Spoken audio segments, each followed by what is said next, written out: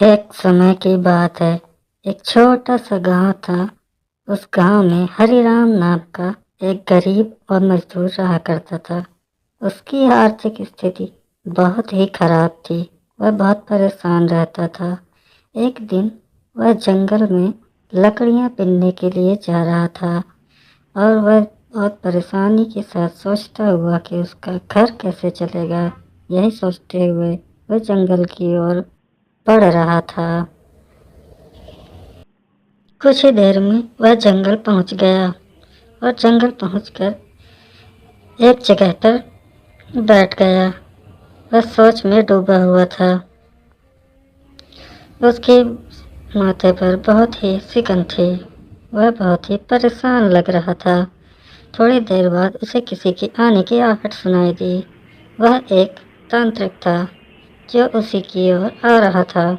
वह उसके पास आके खड़ा हो गया। दोनों हैरान रह गए।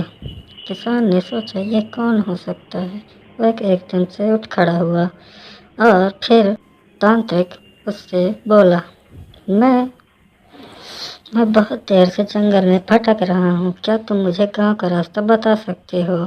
और तुम कौन हो और इस घने जंगल में क्या कर रहे हो? मुझे तो कोई आसपास दिखाई नहीं दे रहा। फिर उस आदमी ने जवाब दिया, मैं यहाँ पर लकड़ियाँ बीनने के लिए आया था।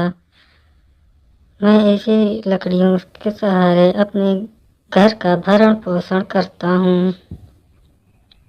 फिर तांत्रिक बोला, ठीक है, अगर तुम एक चाहो तो मैं तुम्हें पैसे दे सकता हूँ।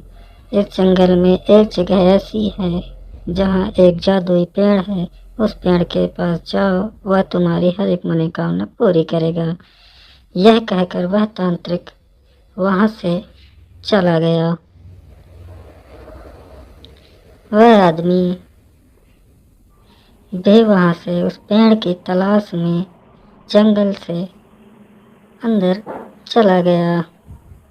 थोड़ी देर चलने के पश्चात उसे वह पेड़ दिख गया।